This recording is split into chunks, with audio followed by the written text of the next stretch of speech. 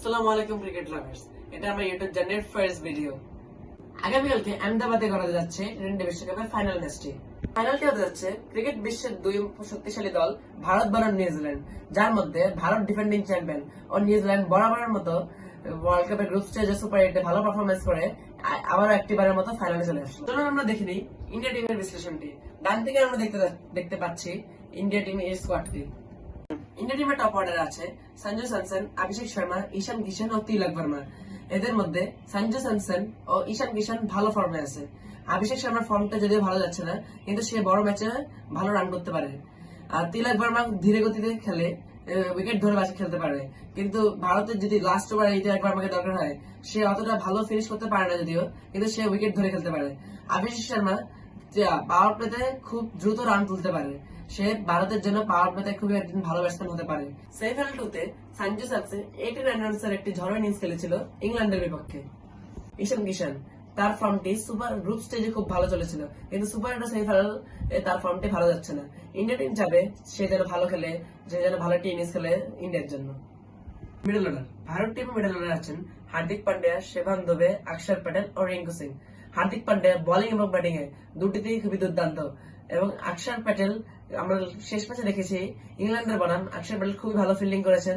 তার batting bowling তো আছেই, সে ফিল্ডিং ও খুব ভালো। রিঙ্কু সিং তার ফিনিশিং তো আমরা পূর্বে দেখতেই পেয়েছি, সে খুব ভালো ফিনিশ করতে পারে। আর সে ভালো একটি ইনিংস খেলতে পারে ইন্ডিয়ার জন্য লাস্ট 2 ওভার্সে। দেন শেভান দুবে, সে বোলিং এবং ব্যাটিং দুটোতেই কার্যকর হতে পারে ভারতের জন্য। এই সিনেমাটা আছেন জসপ্রীত বুমরাহ, মোহাম্মদ সিরাজ ও আর্শদীপ সিং। জসপ্রীত বুমরাহ ডেথ ওভার্সে খুব দুর্দান্ত বোলিং করে থাকেন, ইন্ডিয়ার জন্য খুবই একটি ভালো বোলার হতে পারে জসপ্রীত বুমরাহ। আর্শদীপ সিং নতুন বলে খুব ভালো বল করে ভারতের জন্য। আর জসপ্রীত বুমরাহ ও আর্শদীপ সিং এরা দুজন ভারতের জন্য খুব ভালো বোলার হতে পারে। মোহাম্মদ সিরাজ যদিও একটি ম্যাচ খেলেছে, সেই ম্যাচে সে খুব ভালো খেলেছে।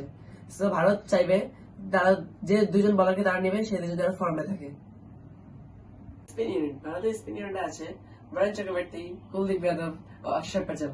Varun Chakravarthy mystery of spin, সে খুব ভালো বল করে থাকে ভারতের জন্য মিডল ওভারে।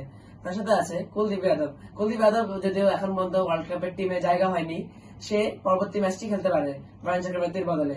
ও অক্ষর প্যাটেল আমরা জানি যে তার ফিল্ডিং ব্যাটিং খুব ভালো, বোলিং এও সে খুব ভালো, খুবই কার্যকর হতে পারে ভারতের জন্য। এখন আমরা করতে যাচ্ছি নিউজিল্যান্ড টিমের বিশ্লেষণটি। বাম দিকে আমরা দেখতে পাচ্ছি নিউজিল্যান্ড টিমের স্কোয়াডটি। নিউজিল্যান্ড টিমের মিডল টপ অর্ডারে আছেন ফিন অ্যালেন, ডেভন কনওয়ে ও রাচিন রবীন্দ্র।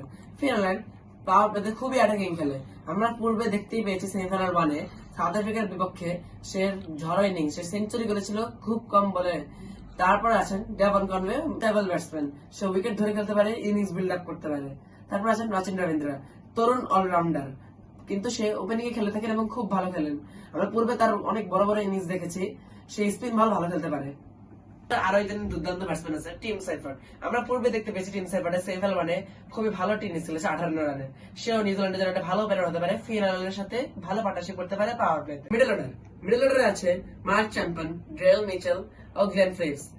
ডেরেল মিচেল বড় ম্যাচের পারফর্মার, সে খুব ভালো খেলে থাকে বড় ম্যাচগুলোতে, ভালো প্রেসার হ্যান্ডেল করতে পারে সে। তারপর আছেন গ্লেন ফিলিপস, সে দুর্দান্ত ফিল্ডার, সে নিউজিল্যান্ড টিমের জন্য হতে পারে এক্স ফ্যাক্টর, কারণ সে ব্যাটিং ও বোলিং ও ফিল্ডিং তিনটাতেই সে দুর্দান্ত। তারপর আছে মার্ক চ্যাম্পিয়ন, সে ধরে খেলতে পারে, উইকেট গেলে ধরে খেলতে পারে এবং উইকেট বাঁচাতে পারে। সে নিউজিল্যান্ড টিমের জন্য একটি ভালো ব্যাটসম্যান হতে পারে। New Zealand team bowling pace unit, তাদের বোলিং পেস ইউনিটে আছেন Matt Henry, Kyle Jamieson, Jacob Duffy ও লকি ফার্গুসন। লকি ফার্গুসন খুবই দ্রুত গতিতে বল করতে পারে, সে 145 কিলোমিটার পার আওয়ারে বল করতে পারে। সে দ্রুত গতিতে ব্যাটসম্যানদের উইকেট চুরমার করে দিতে পারে। তারপর আছে জ্যাকব ডাফি, সে পূর্বে টি20 র্যাঙ্কিং এ 1 নম্বরে ছিলেন, সে তার সুইং দিয়ে ব্যাটসম্যানদের কাবু করতে পারেন। তারপর আছেন ম্যাট হেনরি, সে নতুন বলে ভালো উইকেট দিতে পারে এবং ফার্স্ট বল দিয়ে সে উইকেট দিতে পারে ইন সুইং দিয়ে। সেকেন্ডে আছে কাইল জেমিসন, সে তার উচ্চতা দিয়ে ভালো বাউন্স করতে পারে নতুন বলে পুরান বলেও। নিউজিল্যান্ড টিম স্পিন অ্যাটাক আছেন মিচেল সাটনার ও ইসৌদি। মিচেল সাটনার দলের অধিনায়ক ও সে দলের প্রধান স্পিনার, ভালো অফ স্পিন করে থাকে মধ্য ওভারে। তারপর আছে ইসৌদি, লেগ স্পিনার, সে উইকেট নেওয়ার ক্ষমতা আছে, বড় ম্যাচে সে ভালো বোলিং করে থাকে। আমার মতে ইন্ডিয়া টিমের বেস্ট 11 হতে যাচ্ছে ওপেনার সঞ্জু স্যামসন ও Abhishek Sharma, 1 down Ishan Kishan, then Suryakumar Yadav team captain. Middle order Tilak Varma, Hardik Pandya, Rinku Singh ও অক্ষর প্যাটেল। স্পিন ইউনিটে থাকবে কুলদীপ যাদবের সাথে অক্ষর প্যাটেল স্পিন ইউনিটে থাকবে। আর পেস বোলারদের ইউনিটে থাকবে জসপ্রীত বুমরা ও আর্শদীপ সিং। আমার মতে নিউজিল্যান্ড টিমের বেস্ট ইলেভেন হতে যাচ্ছে ফিন অ্যালেন ও Rachin Ravindra. One down Tim Seifert, then Glenn Phillips, তারপর নামবে মার্ক চ্যাম্পান, তারপর Daryl Mitchell, team captain Mitchell Santner, এবং পেস ইউনিটে থাকবে ম্যাট হেনরি, লাকো ফার্গুসন আর জ্যাকব ডাফি।